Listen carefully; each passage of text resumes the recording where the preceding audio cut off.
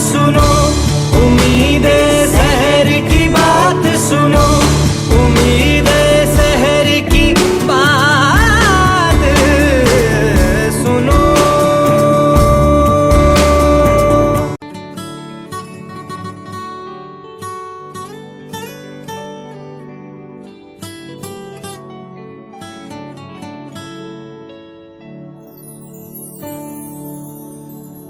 امید سحر بن کے آیا۔ بسم اللہ الرحمن الرحیم۔ اسی کے نام سے کرتا ہوں ابتدائے سخن، اسی کے نام سے کرتا ہوں ابتدائے سخن، ضمیر خود سے اگاتا ہے جو زمین و زمن، اسی کا نام لے اہل دل کے دنیا میں، بڑے لہو کی روانی مٹے دلوں کی تھکن، شفاعت شہ بطحا نصیب ہو تو مجھے، شفاعت شہ بطحا نصیب ہو تو مجھے، نہ مال و زر کی حوث ہے نہ حرص لال و یمن۔ خواتین و حضرات، آج ہم امید سحر کی جو رمضان کی خصوصی ٹرانسمیشن ہے اس کے سلسلے میں یہاں پہ موجود ہیں۔ ہمارے ساتھ جو مہمانان گرامی موجود ہیں، ہم سب سے پہلے ان کا آپ کے ساتھ تعارف کرواتے ہیں۔ اس ساری ٹرانسمیشن کے دوران جو میرے ساتھ کو ہوسٹ ہوں گے وہ جناب اجمل منیر صاحب ہیں۔ اس کے ساتھ ساتھ اس ساری ٹرانسمیشن کے ساتھ میں ہمارے ساتھ جو رہیں گے وہ علاقے کے ممتاز نعت خوان احسان الحق چشتی صاحب ہیں، اور آج کے دوسرے جو مہمان ہیں وہ رحمان بٹ صاحب ہیں، اور دوسری طرف محمد اکبر اویسی خطیب جامع مسجد نور یہ ہمارے ساتھ موجود ہیں، اور ان کے ساتھ پروفیسر اسلم ڈار جن کا تعلق طب کے حوالے سے ہے، تو ان سے ہم طبی مشورے جانیں گے کہ رمضان المبارک میں کس طریقے سے بیماریوں سے بچنے کے لیے جو ہے وہ اہتمام کیا جائے، کون سا ایسا طریقہ اختیار کیا جائے۔ تو ہم اس ٹرانسمیشن کا باقاعدہ آغاز کرنے کے لیے تلاوت کلام پاک کے لیے دعوت دیں گے۔ یہاں ہمارے ساتھ موجود ہے ایک بچی حافظہ ہے عائشہ، تو ہم ان سے کہیں گے کہ وہ اسی جگہ پہ تلاوت کلام پاک کی سعادت حاصل کریں۔ اعوذ باللہ من الشیطان الرجیم، بسم اللہ الرحمن الرحیم، یا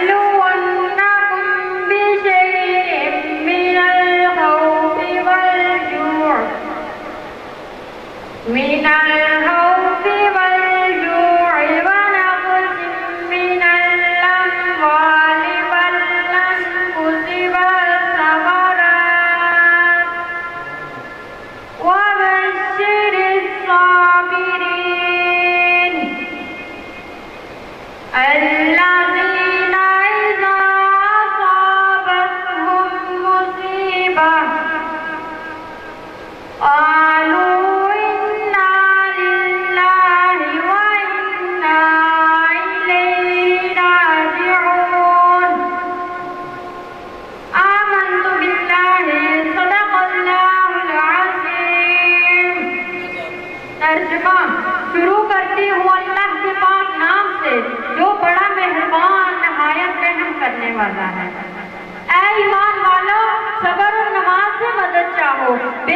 اللہ صابروں کے ساتھ ہے۔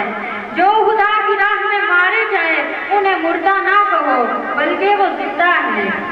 اور ہاں تمہیں خبر نہیں، اور ضرور ہم تمہیں آزمائیں گے کہ کچھ بھوک سے اور ڈر سے اور مالوں اور جانوں اور پھلوں کی کمی سے خوشخبری سناؤ ان صبر والوں کو کہ جب ان پر کوئی مصیبت پڑے تو کہیں ہم اللہ کے مال ہیں، ہمیں اسی کی طرف پھرنا ہے۔ ہماری اس ٹرانسمیشن کا باقاعدہ آغاز ہو چکا، تو ناظرین و سامعین یہاں پہ آپ مختلف اوقات میں جو ہمارا انٹرو چلتا رہا، پرومو چلتا رہا ٹرانسمیشن کا، اس کی جو تھیم تھی، جو نعت تھی، وہ احسان الحق چشتی صاحب نے امید سحر کی اس ٹرانسمیشن کے لیے گفٹ کی، انہی کی طرف سے تیار کی گئی۔ تو ہم سب سے پہلے وہ نعت ان سے سنتے ہیں، پھر اس کے بعد ہم سوال و جواب کا سلسلہ جو ہے وہ اپنے مفتی صاحب سے اور جتنے بھی ہمارے شرکاء ہیں ان کے ساتھ جاری رکھتے ہیں۔ اعوذ باللہ السمیع العلیم من الشیطان الرجیم، بسم اللہ الرحمن الرحیم۔ حضرت معذرات، السلام علیکم۔ سب سے پہلے میں نہایت مشکور ہوں امید سحر کی تمام ٹیم کا، بالخصوص زاہد صاحب کا، کہ اتنا خوبصورت پروگرام انہوں نے ترتیب دیا۔ دعا ہے اللہ رب العزت ان کے علم و عمل میں مزید برکت عطا فرمائے۔ میں چند اشعار نعت کے سناتا ہوں، اور جو تھیم ہے امید سحر کی اس ٹرانسمیشن کے لیے جو انہوں نے حکم کیا تھا اور میں نے پڑھی ہے، وہ بھی انشاءاللہ میں آپ کو سناتا ہوں۔ ایک دفعہ برکت کے لیے بارگاہ سرور کونین میں درود و سلام کا نذرانہ پیش کیجیے۔ رمضان کی بابرکت گھڑیاں ہیں، سب اپنی حاضر پیش کر دیجیے۔ صلی اللہ علیہ یا رسول اللہ وسلم علیہ یا حبیب اللہ۔ اس کرم کا کروں شکر کیسے ادا، اس کرم کا کروں شکر کیسے ادا، جو کرم مجھ پہ میرے نبی کر دیا۔ اس کرم کا کروں شکر کیسے ادا، اس کرم کا کروں شکر کیسے ادا، جو کرم مجھ پہ میرے نبی کر دیا۔ میں سجاتا تھا سرکار کی محفلیں، میں سجاتا تھا سرکار کی محفلیں، مجھ کو ہر غم سے رب نے بری کر دیا۔ میں سجاتا تھا سرکار کی محفلیں، مجھ کو ہر غم سے رب نے بری کر دیا۔ لمحہ لمحہ ہے مجھ پہ نبی کی ادا، دوستوں اور مانگوں میں مولا سے کیا یہ کم ہے کہ میرے خدا نے مجھے، کیا یہ کم ہے کہ میرے خدا نے مجھے اپنے محبوب کا امتی کر دیا۔ کیا یہ کم ہے کہ میرے خدا نے مجھے اپنے محبوب کا امتی کر دیا۔ ذکر سرکار کی ہے بڑی برکتیں، مل گئی عظمتیں رفعتیں منزلیں، میں گناہگار تھا بے عمل تھا مگر، میں گناہگار تھا بے عمل تھا مگر، مصطفیٰ نے مجھے جنتی کر